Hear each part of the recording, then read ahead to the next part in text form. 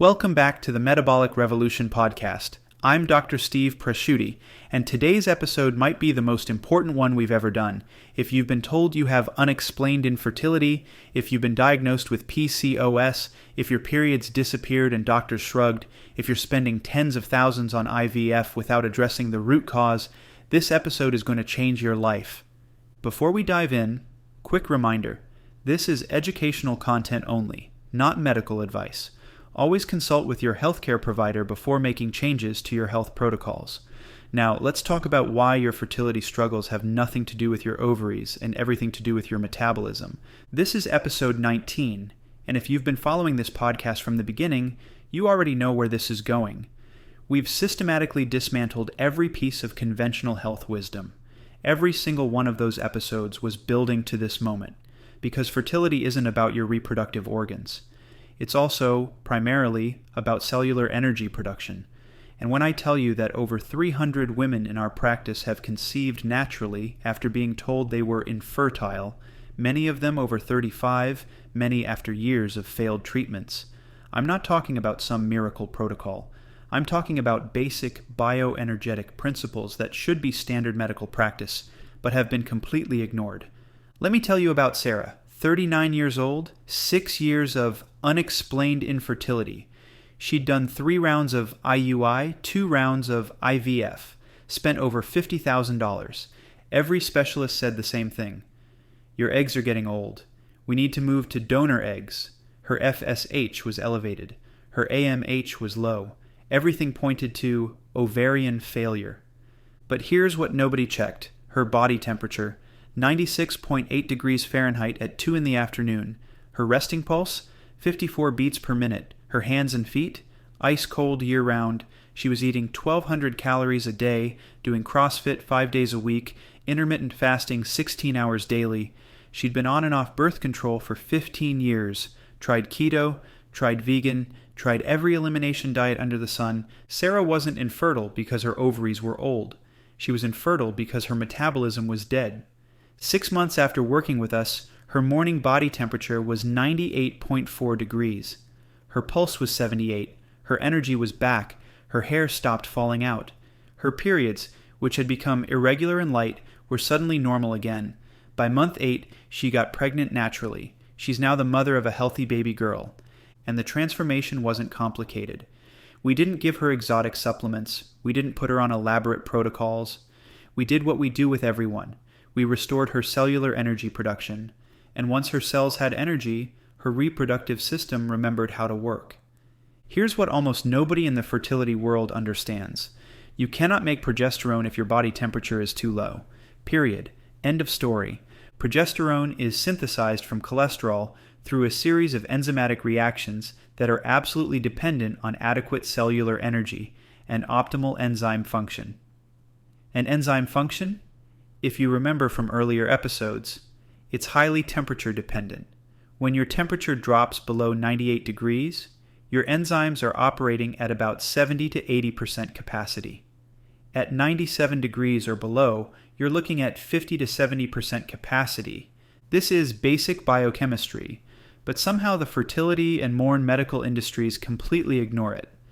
They'll measure your progesterone on day 21 of your cycle, see that it's low, and either prescribe supplemental progesterone or tell you that you have a, quote, luteal phase defect. But they never ask why your progesterone is low. Your body makes progesterone when it has abundant energy, when your cells are producing ATP efficiently, when your thyroid is working properly, when your liver has the resources to convert cholesterol into pregnenolone and then into progesterone. All of this requires energy. When your metabolism is suppressed, when your temperature is low, when your thyroid is underperforming, when you're in chronic stress mode, your body cannot make adequate progesterone. And progesterone isn't just about getting pregnant, it's about staying pregnant. Progesterone maintains the uterine lining. It prevents miscarriage. It supports the developing baby's brain. Dr. Katharina Dalton did incredible research showing that women with adequate progesterone during pregnancy had babies with average IQs of 1/130, while those with deficient progesterone had children averaging 95. Same genetics, different hormone environment. Think about that for a moment.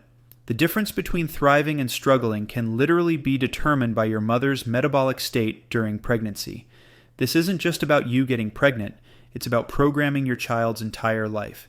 Women with optimal fertility have progesterone levels 50 times higher than estrogen during the luteal phase. 50 times. But in our practice, we see women coming in with ratios of 3 to 1, 5 to 1, sometimes nearly equal. That's not a hormone imbalance that needs to be fixed with synthetic hormones. That's metabolic dysfunction that needs to be addressed at the cellular level. Your body temperature tells you everything you need to know about your fertility potential. If you're waking up with a temperature below 97.8 degrees, your metabolism is suppressed. If you're consistently below 97.5, you're in survival mode. And your body will not allow pregnancy in survival mode because pregnancy is the most metabolically demanding state possible. Think about it from your body's perspective. Pregnancy requires creating an entirely new human being. It requires doubling blood volume. It requires growing a placenta. It requires massive increases in nutrient needs, energy production, hormone synthesis. If your body is already struggling to keep you alive on 1,200 calories a day while you're doing high-intensity workouts and skipping breakfast, why on earth would it add the metabolic demand of a baby? Your body isn't broken. Your ovaries aren't old. Your eggs aren't bad. Your fertility is a reflection of your cellular energy production. Fix the energy production and fertility follows naturally. Let's talk about PCOS, polycystic ovary syndrome. It's become the default diagnosis for any woman with irregular periods, some facial hair, maybe some weight gain. Doctors throw this label around like candy, and women leave their appointments feeling like they have this mysterious, incurable condition. Here's the truth that nobody wants to tell you. PCOS isn't a syndrome. It's a symptom of metabolic dysfunction. Specifically, it's undiagnosed hypothyroidism combined with insulin resistance caused by metabolic suppression. Every single PCOS symptom, irregular periods, anovulation, elevated androgens, insulin resistance, weight gain, acne, hair loss on your head, and hair growth on your face, every single one of these can be explained by low thyroid function and chronic stress hormone elevation. When your thyroid is underperforming, your whole hormonal cascade gets disrupted. Your liver can't properly convert T4 to T3. Your cells can't respond adequately to thyroid hormone. Your metabolic rate drops. Your body temperature falls. And here's where it gets interesting. Your ovaries start producing more androgens, like testosterone, because the enzyme that converts androgens to estrogen requires thyroid hormone to function properly. So you end up with elevated testosterone, not because your ovaries are diseased, but because your thyroid isn't working well enough to complete the conversion. Your doctor sees elevated testosterone and calls it PCOS, but the root cause is metabolic suppression. The insulin resistance component, same story.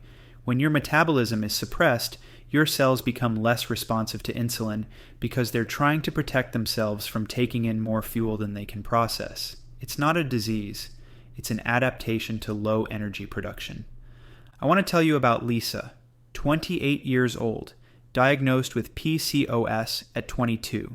She had been on metformin for 6 years and birth control before that. She was told she would probably never conceive naturally and should consider fertility treatment sooner rather than later because her condition would only get worse. When Lisa came to us, she had every classic PCOS symptom. Irregular periods, sometimes 3 months between cycles, acne on her jawline, some facial hair, weight that wouldn't budge despite eating healthy and exercising constantly. Her labs showed elevated testosterone, elevated LH to FSH ratio, slightly elevated fasting insulin. But here's what else her labs showed. TSH of 3.2, in the normal range but way too high for optimal function. Free T3 at the bottom of the range, reverse T3 elevated. And her temperature, 96.9 degrees Fahrenheit consistently. We didn't treat her PCOS. We restored her metabolism. We had her eating 2,500 to 3,000 calories daily. Yeah, you heard that right. 3 meals plus snacks. Adequate carbohydrates to support thyroid function. Enough protein without excess. Saturated fats instead of polyunsaturated fats.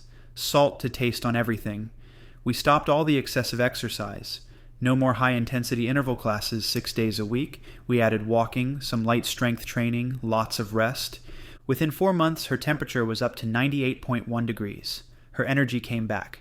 Her periods regulated to a perfect 28-day cycle. The acne cleared up. The facial hair growth stopped. She lost 12 pounds without trying. Not from restriction, but from metabolic optimization. Her follow-up labs showed testosterone back in normal range, insulin sensitivity restored, thyroid markers improving. Month 4, she got pregnant. No metformin, no fertility treatments, just metabolic restoration. The PCOS diagnosis had convinced Lisa that her body was fundamentally broken, that she had some genetic condition that would plague her forever. But her body wasn't broken. It was just cold and tired and stressed.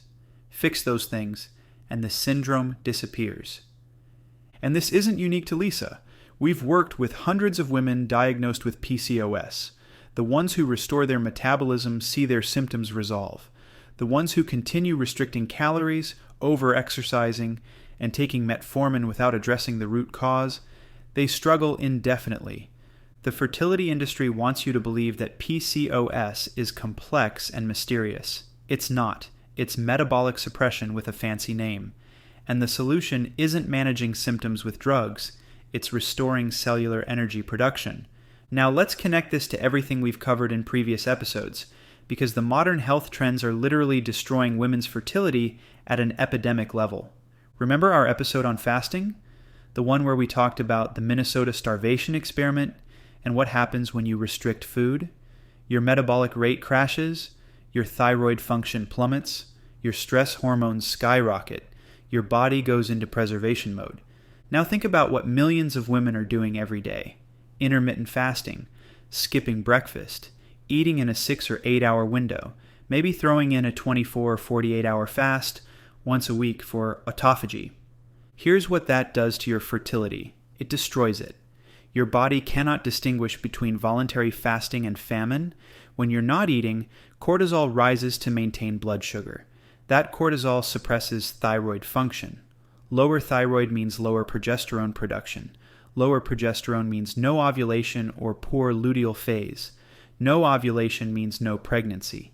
And it gets worse if you combine fasting with low carb or keto. Remember our sugar episode? Your liver needs glucose to convert T4 to T3. It's not optional. It's biochemical necessity.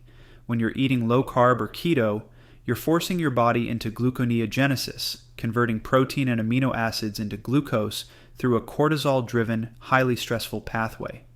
Every woman I see who's been doing keto or carnivore for any length of time has suppressed thyroid function.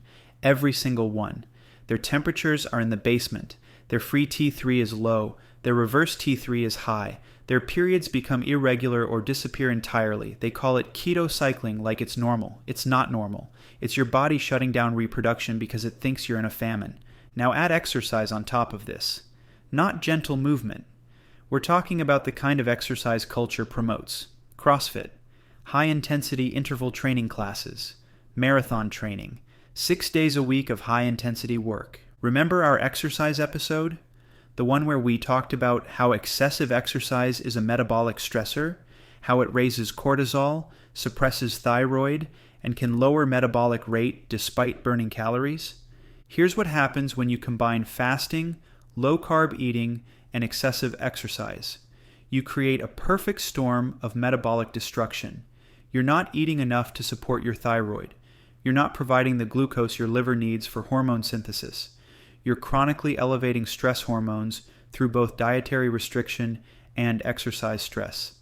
And you're wondering why you can't get pregnant. Let me tell you about Amanda, 32 years old, CrossFit competitor, followed a strict paleo-keto diet. She was intermittent fasting daily, training 2 to 3 hours a day, 6 days a week. Her body fat was around 15%.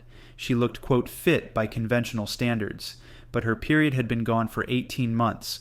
Her doctor said she had hypothalamic amenorrhea and told her to eat more and exercise less, but didn't give her any specific guidance. Amanda came to us desperate. She and her husband had been trying to conceive for 2 years. No period meant no ovulation meant no pregnancy.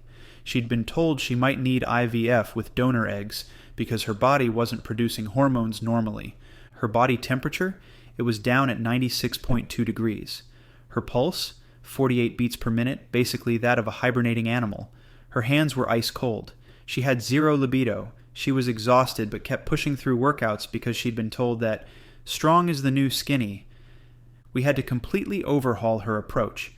We started with breakfast: eggs, fruit, orange juice, buttered sourdough toast. Immediately broke her fast. We added snacks every 3 to 4 hours. We brought her daily calories from around 1,400 up to 2,800 to 3,000.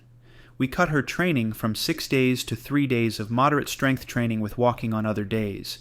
She fought us on this. She was terrified of gaining weight, terrified of getting soft, terrified that all her fitness would disappear, but she was more terrified of never having a baby. Within 6 weeks, her temperature rose to 97.6 degrees. Within 3 months, 98.2. Month 4, her period returned. A real period, not spotting, with all the normal symptoms of ovulation. Month 6, she got pregnant.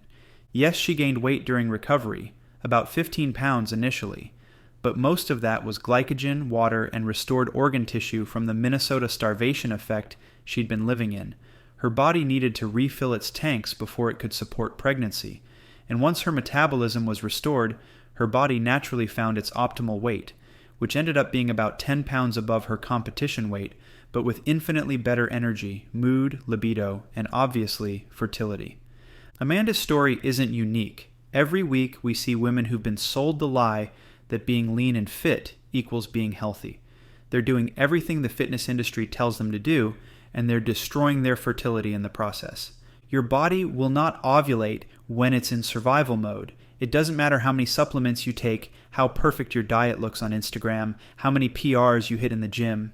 If your temperature is below 98 degrees, if your pulse is below 75, if you're chronically cold and tired, your body will not prioritize reproduction. And here's the thing that breaks my heart. These women are doing everything right according to mainstream health advice. They're avoiding sugar and salt. They're eating lots of protein. They're exercising intensely. They're fasting for metabolic benefits. They're taking fish oil and cutting out saturated fat. Every single one of these interventions is destroying their metabolism and therefore their fertility. Remember our very first episode about polyunsaturated fats? Those toxic seed oils that are in everything? Let me tell you how they're specifically destroying fertility. Polyunsaturated fatty acids suppress thyroid function at every level. They block the conversion of T4 to T3 in your liver. They interfere with thyroid hormone transport to cells. They prevent your cells from responding properly to thyroid hormone even when it's present. This is documented in research going back decades, but the conventional health world continues to recommend these oils as heart healthy. When you eat vegetable oils, canola, soybean, corn, safflower, sunflower, you're suppressing your thyroid with every meal. Lower thyroid means lower progesterone.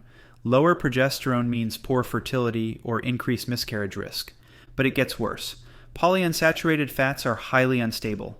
They oxidize easily, creating lipid peroxides that damage cell membranes throughout your body, including in your ovaries, uterus, and developing eggs.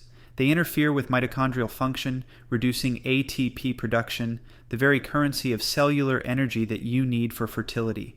And here's something most people don't know. Polyunsaturated fats increase estrogen levels. They directly stimulate estrogen production and reduce its clearance from the body. Remember, optimal fertility requires progesterone to be 50 times higher than estrogen. When you're eating polyunsaturated fats, you're pushing this ratio in the wrong direction.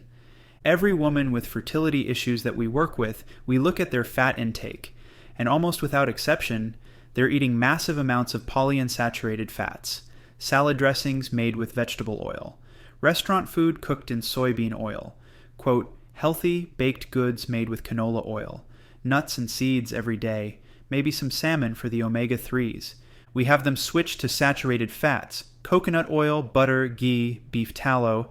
And within weeks, their temperature starts rising. Their thyroid markers improve. Their progesterone increases. Their fertility restores. The difference between cooking your eggs in butter versus olive oil, or God forbid, canola oil, is the difference between supporting thyroid function and suppressing it. It's that simple and that profound.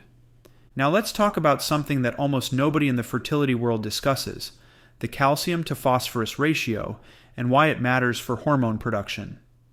Your body makes steroid hormones, including progesterone, through a series of enzymatic reactions that require specific mineral cofactors: calcium, magnesium, vitamin D, vitamin K2, vitamin A. These aren't optional nutrients for reproduction. They're absolutely essential. But here's what's happening in modern diets. The calcium to phosphorus ratio is completely inverted. Traditional diets had a calcium to phosphorus ratio of about 1:1 or higher. Modern diets, especially those high in meat and grains, can have ratios of 1:4 or worse. Phosphorus comes from muscle meat, grains, processed foods. Calcium comes from dairy, bones, certain vegetables. When phosphorus is too high relative to calcium, several things happen. Parathyroid hormone increases to try to restore balance. This pulls calcium from your bones. It also disrupts thyroid function and interferes with hormone synthesis. The solution? More dairy, more bone broth, more gelatin from bones and connective tissue. Less muscle meat, fewer grains, less processed food. I can't tell you how many women come to us eating chicken breast, brown rice, and vegetables thinking they're eating healthy, and their calcium to phosphorus ratio is a disaster. We add whole milk, cheese, yogurt, bone broth, gelatin, and suddenly their progesterone levels normalize. And vitamin A, crucial for hormone production. Not beta-carotene from vegetables, which many people convert poorly, but true vitamin A from animal sources. Liver, butter, egg yolks, cod liver oil. These are fertility foods that traditional cultures prioritized for women trying to conceive and during pregnancy, but modern nutrition advice tells women to avoid these foods. Limit egg yolks because of cholesterol. Avoid liver because of vitamin A toxicity, which is absurd. You'd have to eat pounds of liver daily to reach toxic levels. Choose low-fat dairy to save calories. Every one of these recommendations moves women further from fertility and closer to metabolic dysfunction. Remember our episode on gut health and endotoxin? That episode also applies directly to fertility. When you have bacterial overgrowth in your gut, when you're eating hard-to-digest foods, when your gut lining is compromised, endotoxin, lipopolysaccharide, enters your bloodstream. This endotoxin triggers an inflammatory response. It suppresses thyroid function, it raises estrogen levels, it interferes with progesterone production. Women with fertility issues almost always have gut issues. Bloating, irregular bowel movements, food sensitivities. These aren't separate problems. They're all part of the same metabolic dysfunction. The solution isn't probiotics and fermented foods. That usually makes things worse by adding more bacteria. The solution is simple, easily digestible foods. Cooked vegetables instead of raw. White rice instead of whole grains. Well-cooked meat instead of tough, fibrous cuts. Dairy if you tolerate it. Fruit instead of high-fiber health foods. As gut health improves, endotoxin load decreases, thyroid function improves, and fertility follows. We've seen it hundreds of times. Okay, everything I've talked about so far comes down to one thing: stress. Not just emotional stress, though that matters. Metabolic stress.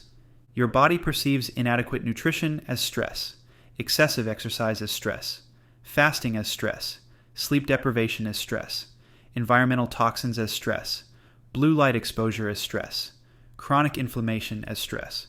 When stress is high, cortisol is elevated. Elevated cortisol suppresses thyroid. Suppressed thyroid reduces progesterone. Reduced progesterone prevents pregnancy. The solution to fertility isn't adding more protocols and supplements and interventions. It's reducing stress at every level, eating enough food, getting adequate rest, supporting your thyroid, optimizing your light exposure. Remember, we'll be covering this in an upcoming episode. Breathing properly, also coming soon. Creating safety in your body so it feels secure enough to conceive. Your body will not create a baby when it thinks you're in danger. When your temperature says you're hypothermic. When your pulse says you're in hibernation. When your cortisol says you're running from a predator. No amount of IVF will override your body's fundamental survival programming. So what do you actually do? How do you restore your fertility through metabolic optimization? First, track your temperature. Every morning before you get out of bed, take your oral temperature. You want to see it rising toward 98.6 degrees. If you're consistently below 97.8, you have work to do. As your temperature rises, your fertility is restoring.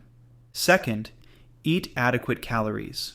Most women we work with need at least 2,300 to 2,800 calories daily for metabolic restoration.